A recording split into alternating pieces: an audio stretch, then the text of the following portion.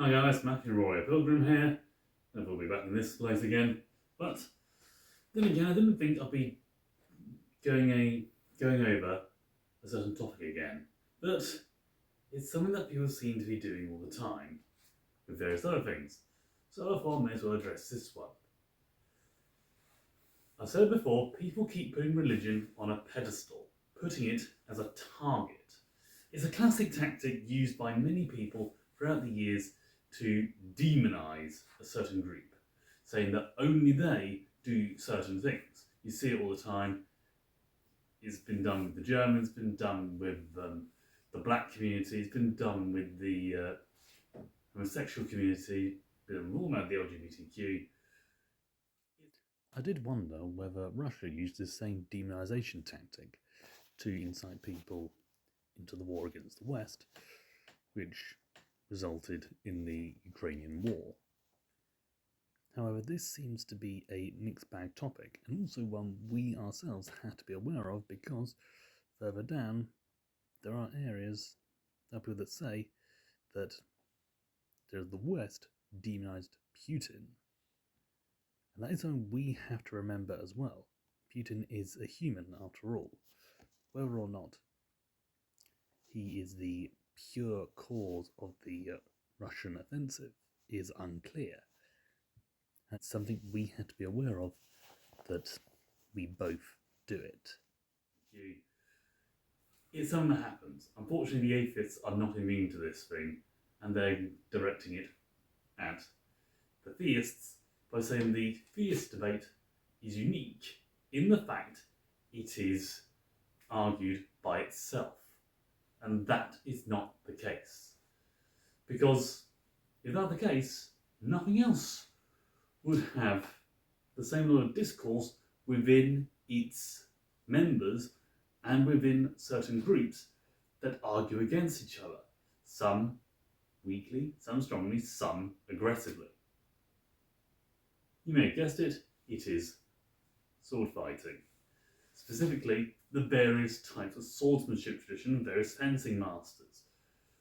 Robin Swords did a fantastic video on that, explaining that different fencing masters favoured different styles and were not afraid to criticise others for their expression of it. And all the true art and false art of defense discourse gets really spicy. Delagochi says, wrap your arm up in your cloak and use it as a shield. Godinho says, good luck. Manciolino said you should watch the hand. Palladini said you should watch the tip of the sword. Meyer made extensive use of feints. Capoferro thought feints were a waste of time. Even if they ostensibly agree within the same family of texts, they don't necessarily agree in the same way. Hans Mettel used a lot of the same terminology as his peers in what we would call the Lichtenauer tradition, but the way he defines those terms is completely at odds to how other masters define them. For example, his Krump is their Zver, and his Zver is their Winden. It gets confusing. Fencing masters were, at the end of the day, just human. They wrote down what they knew, what worked for them, and they often had scathing commentary about the things that they did not like. A fantastic video explaining that. I'd recommend watching it. I'll leave a link to it in the description. But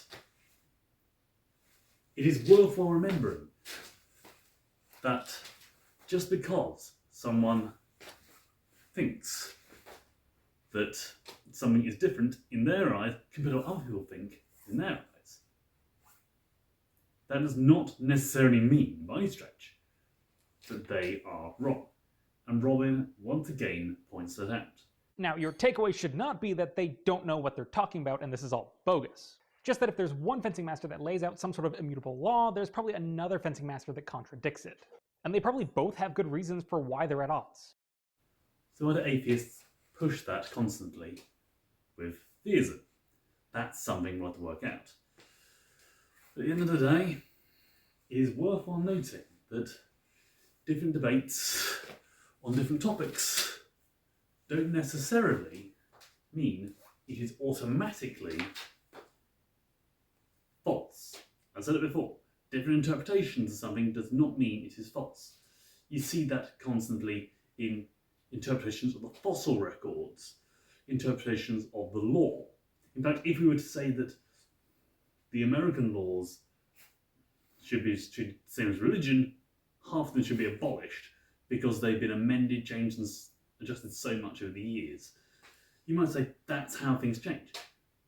That is how our interpretation of things will evolve and therefore must do. But that is where I feel it is the rubbing point. With science, that has its own discourse. If that is wrong, if one group is determined to fight against another for it, that's just how it goes. If something in science is proven wrong, that is how science goes. People change. But the moment you try putting that onto religion, people are like, no, if it doesn't match up with history, it is false.